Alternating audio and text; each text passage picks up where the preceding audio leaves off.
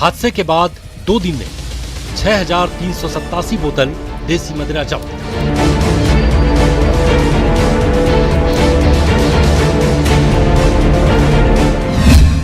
दो दिनों में एक नकली शराब की फैक्ट्री पर कार्रवाई।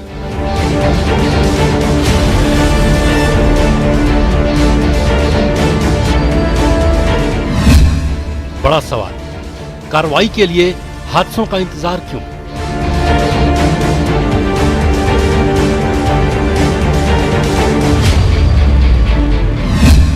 वक्त पर आबकारी विभाग और पुलिस की कार्रवाई क्यों नहीं?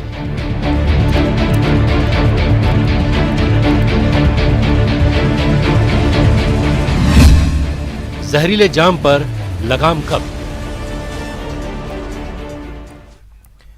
नमस्कार, आप देख रहे हैं दोपहर की दो टूक। आपके साथ मैं हूं स्वप्निल।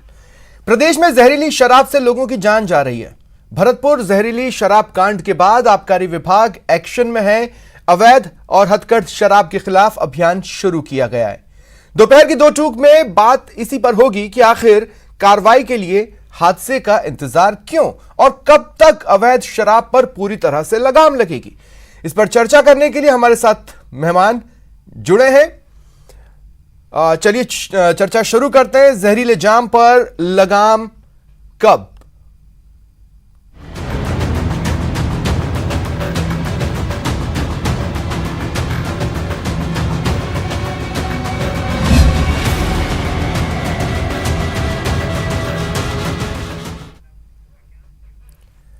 और मेरे साथ जो गेस्ट पैनल जुड़ रहा है आपको इंट्रोड्यूस करवा देता हूं। राजेंद्र आर्य जी कांग्रेस नेता हैं, अमित गोयल जी बीजेपी नेता हैं और पूजा छाबड़ा जी अध्यक्ष हैं शराबबंदी आंदोलन की। आप तीनों का स्वागत है न्यूज 18 राजस्थान पर।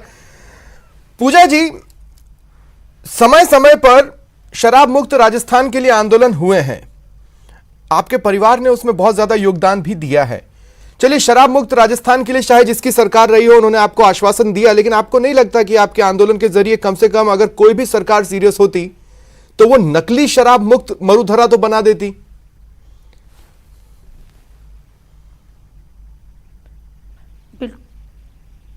बिल्कुल सही कह रहे हैं स्वप्निल जी। जब भी हमने आंदोलन किया, चाहे वो बीजेपी की सरकार हो या चाहे कांग्रेस की सरकार हो, उन्होंने हमेशा यही हमको कहा कि अगर संपूर्ण शराबबंदी की जाएगी तो हथकढ़ शराब बनेगी या जहरीली शराब बनेगी जिससे काफ़ी लोगों की जानें चली जाएंगी, इसलिए हम शराबबंदी लागू नहीं कर सकते। लेकिन मेरा उन्हीं सरकारों से ये प्रश्न है कि अभी तक राजस्थान में संपूर्ण शराबबंदी लागू नहीं है और उसके बावजूद भी पूरे राजस्थान में अवैध शराब और हथकढ़ शराब मिल रही है और जिसका खामियाजा निर्दोष और बेगुनाह लोगों को भुगतना पड़ रहा है। भरतपुर में जो इतना बड़ा जो ये कांड हुआ, उस कांड में 8 जनों की मौत हो गई और प्रशासन को बताया भी गया था। वहाँ पे जब मैं भरतपुर रूपवास में गई थी, मृतकों के परिवारों से जब मैं मिली थी, तब उन्होंने ये बताया था कि हादसे से हमने 7-8 दिन पहले एसडीएम को ये बताया भी था कि हमारे इलाके में इस तरह की अवैध और हथकढ़ शराब मिल रही है, लेकिन कार्रवाई नहीं की गई थी। और कार्रवाई कब की गई है? जब पूरी तरह से हादसा हो चुका था, 8 लोगों की मृत्यु हो गई थी, तब प्रशासन जागा है, सरकार जागी है। मैं उसी सरकार से यही पूछना चाहती हूँ कि आप क्या इंतजार कर रहे हैं लोगों की मौतों का? और हमेशा ये कहा जाता है कि अवैध शराब नकली शराब की क्या बात है? आप देखिए, अगर किसी भी तरह का हादसा आए, किसी बिल्डिंग में आग लग जाए तो एकाएक एक पैटर्न चल निकलता है। ताबड़तोड़ जांच की जाती है किस किस बिल्डिंगों में आग से बचने के लिए किसी तरह के संसाधन है या नहीं, और उसके बाद सब चीजें बैठ जाती हैं। मतलब मानो ऐसा है कि अधिकारी आपस में पूछते हैं, ए बताना जरा सांप निकल गया क्या? अगर निकल गया है तो फिर हम निकलें और लाठियां पीटें। अमित गोयल जी, क्या आप मेरी इस बात को स्वीकार करेंगे कि एक गोल्डन चांस था राजस्थान में सरकारों के पास, जब राजस्थान में और आसपास के राज्यों में उन्हीं के दलों की सरकार होती थी, उस वक्त अगर दोनों राज्य मिलके या तीनों राज्य मिलके कोई लाइन ऑफ एक्शन बना लेते तो आज नकली शराब प्रदेश में नहीं होती। अमित गोयल जी, क्या आप सहमत हैं इस बात से? देखिए, मैं ये कहना चाहता हूं, अगर हमारे या सामने वाली पार्टी के दल की सरकार आसपास में नहीं भी हो तो ये सभी की जिम्मेवारी है कि कम से कम इस तरह की दुखांतिका जिनके कारण होती है, ऐसी अवैध नकली शराब न बने। और ये बात स्वप्निल भाई आपने बिल्कुल सही कही है। मैं पूजा जी की बात का भी पूरा समर्थन करता हूँ इस विषय पे कि लोगों को संजीदा होना चाहिए, लोगों को इन सेंस प्रशासन को संजीदा होना चाहिए। जब कोई भी दुखांतिका होती है या कुछ भी ऐसा होता है कि जैसे आपने बताया कि बिल्डिंग में आग लग जाती है तो सबके फायर लाइसेंस चेक होना शुरू हो जाते हैं, भाई इसने एनओसी ले रखी इंतजाम है या नहीं है। प्रशासन को ऐसी स्थितियों से बचना चाहिए। और अब जैसे मान लीजिए कि दुखांतिका के बाद में जो कार्रवाई शुरू हुई, जैसे मैं एक उदाहरण दे रहा हूं, अमूमन देखिए विपक्ष की पार्टी में, विपक्ष में होने के बावजूद भी जयपुर में पुलिस कमिश्नरेट ने एक आंदोलन चलाया हुआ है, क्लीन स्वीप। जयपुर में उसके अंतर्गत अब तक 635 लोगों को गिरफ्तार किया गया जो ड्रग्स बेचते थे। तो ऐसा एक अभियान चलाकर जयपुर को ड्रग्स फ्री करने का प्रयास जयपुर पुलिस के द्वारा हो रहा है, तो एक अच्छा प्रयास है। क्या उसी तरह से राजस्थान में जो प्रशासन है, सरकार है, वो संवेदनशील होकर पूरे राजस्थान में इस तरह का प्रयोग नहीं कर सकती है क्या? दूसरी बात, अभी जो दुखांतिका हुई उसके बाद जो छापे पड़े उसमें 8-9 हजार लीटर शराब को जब्त करके ढोला गया, फेंका गया, जो भी किया गया। 2 लोग गिरफ्तार हुए हैं शायद मेरी जानकारी के हिसाब से। जब तक शराब बनाने वाले लोगों को पकड़ा नहीं जाएगा तब तक ये वापस छूट जाएंगे, छूटने के बाद फिर वापस वे काम शुरू कर देंगे। तो मेरा मतलब कहने का है कि बहुत संजीदगी से लोगों की भावनाओं को समझते हुए ऐसी दुखांतिका ना हो।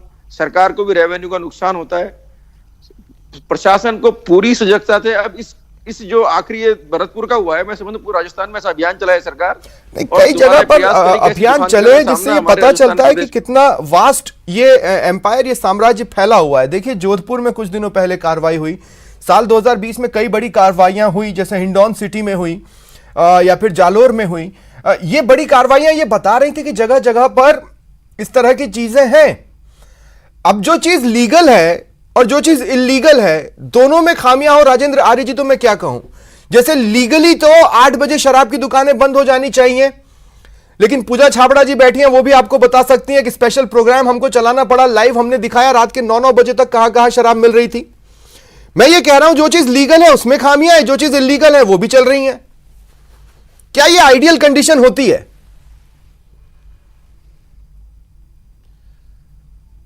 स्वप्निल जी, जहाँ तक भरतपुर के रूपवास में चक समारी गांव का जो ये दुखांतिका हुई है, उसके लिए सरकार ने बहुत त्वरित गति से फैसले लिए और वहाँ का आबकारी पूरा थाना सस्पेंड किया गया है, मतलब एसडीएम को भी एपीओ किया है। और उसके साथ में जो मृतक परिवार हैं उनके परिजनों को भी सहायता राशि दी गई है, 2-2 लाख रुपया सहायता राशि दी है। और जो गंभीर बीमार हैं उनको भी 50-50 हजार रुपये की सहायता दी है। सरकार पूरी तरीके से संवेदनशील है। नहीं, मैं मान रहा हूं राजेंद्र जी, मैं तैयार हूं आपकी सारी जो चीजें आप कर रहे हैं वो करने की। मेरा सवाल इससे जुड़ा है कि ये चीजें करने की नौबत नहीं आती। अब आप चाहे जितनी लाठियां पीटे, सांप निकल गया।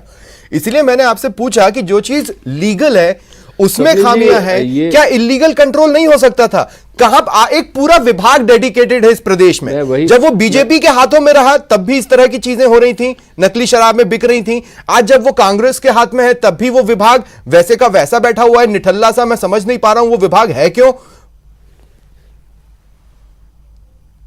स्वप्निल जी, जो अपराधी जो तस्करी का कारोबार करते थे उनके तार अंतर्राज्यीय गिरोह से जुड़े हुए हैं और जिनकी गिरफ्तारियां हुई है वो मथुरा के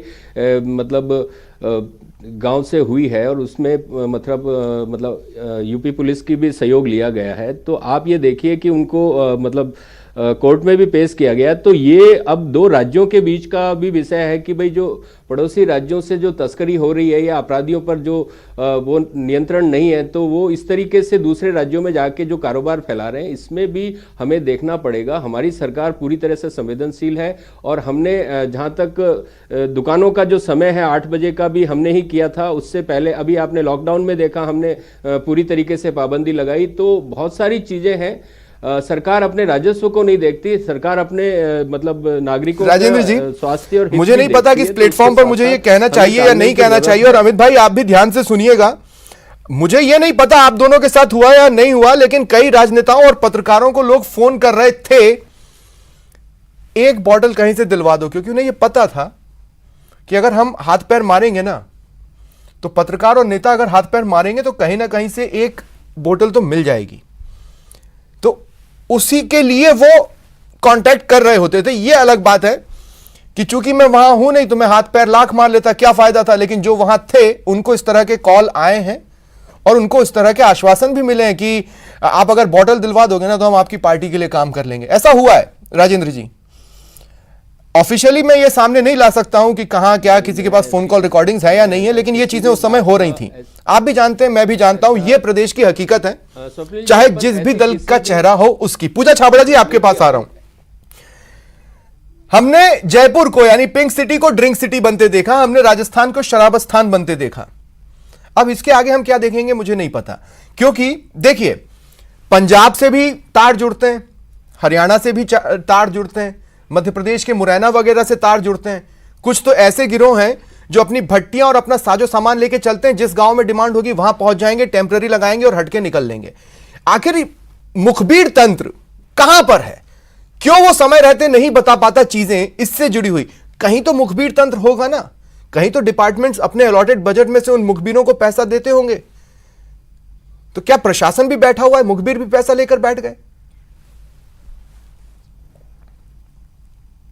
स्वप्निल जी, मैं आपको ये बताना चाहूंगी कि जब मुख्यमंत्री अशोक गहलोत जी के नेतृत्व में जब ये सरकार बनी और सरकार बनते ही मुख्यमंत्री अशोक गहलोत जी ने अपनी ही लॉ एंड ऑर्डर की मीटिंग में सबसे बड़ा आदेश ये दिया था कि अवैध शराब की बिक्री नहीं होनी चाहिए, 8 बजे के बाद भी शराब नहीं मिलनी चाहिए और नियमों की पालना सख्त से सख्त होनी चाहिए। लेकिन बड़े अफसोस की बात है कि सीएम के ऑर्डर के बावजूद भी 8 बजे के बाद खुले आम शराब की बिक्री भी हुई, अवैध शराब भी मिल रही है, कच्ची शराब भी मिल रही है। हमने खुलासा किया था उस दिन, आप थी टेलीविजन स्क्रीन पर पूजा जी, आप अपनी राय भी रख रही थी, हमने दिखाया था, मतलब हाथ कंगन को आरसी क्या करके दिया था। ऑपरेशन आपने स्टिंग मैं वही बात कहना चाहूंगी, क्यों ये इंतजार करते हैं कि कोई टीवी चैनल स्ट्रिंग ऑपरेशन करे, ऑपरेशन करने के बाद प्रशासन जागता है, फिर वहां पे कार्रवाइयां होती हैं और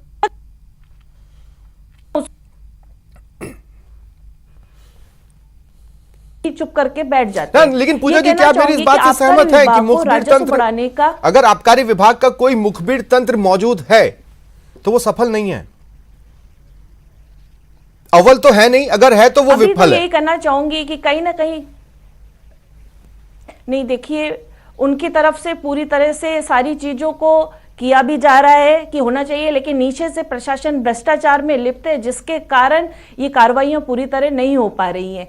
क्योंकि कहीं ना कहीं आबकारी विभाग को ये राजस्व बढ़ाने का टारगेट भी दिया जा रहा है और दूसरी तरफ अवैध कारोबार को भी बंद करने का दिया जा रहा है। यहाँ इस तरह से कहूंगी कि दूध की रखवाली बिल्ली को दी गई है, क्योंकि ये तंत्र बिल्कुल ही खराब है कि आबकारी विभाग और पुलिस प्रशासन मिलकर जो खुद ही बढ़ावा दे रहे हैं और वही कार्रवाई कर रहे हैं, तो ये बिल्कुल बात गलत है। इसके ऊपर कहीं ना कहीं ऊपर मुख्यमंत्री को एक बार फिर से सोचना चाहिए और गांधीवादी मुख्यमंत्री के राज्य में इस तरह की जो दुर्घटनाएं हो रही हैं, ये दुर्घटनाएं नहीं होनी चाहिए। एक और अजीब सी विडंबना है। अमित गोयल जी, मैं आपके पास आ रहा हूं। देखिए, जब बीजेपी का शासन था और अब जब कांग्रेस का शासन है, होता क्या है कि अवैध शराब और नकली शराब दो अलग अलग चीजें हैं। अवैध शराब की खेप जब पकड़ी जाती थी और पुलिस वाले सामने आकर एक दो या तो जीप चलाने वाले या कार चलाने वालों को बिठा देते थे और पीछे वो शराब रखी होती थी जो कि पकड़ी जा रही है।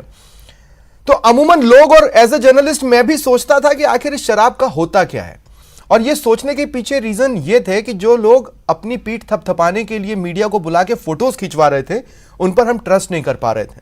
मेरा सवाल वही है, क्या मुखबिर तंत्र नहीं है या नहीं है? क्योंकि अगर है तो वो तो फेल है। देखिए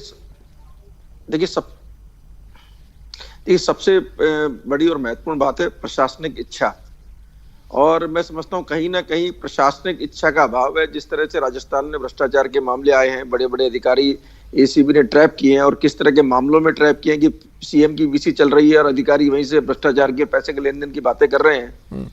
अभी आप देखिए, और घटना मैं आपको बता दूं, आपके न्यूज चैनल ने भी उठाई होगी निश्चित रूप से, अलवर के जिले में 2.5 लाख पेड़ कटे हैं पिछले 15-20 दिन में। उसकी पूरी की पूरी बाकायदा हमारे प्रदेश अध्यक्ष ने पत्र लिखा है, और अवैध रूप से बहुत साजो सामान के साथ में बहुत बड़ा ग्रुप वहां आया और उसने लगातार भारी मशीनरी से उन पेड़ों को काटा और उसको लेके गए।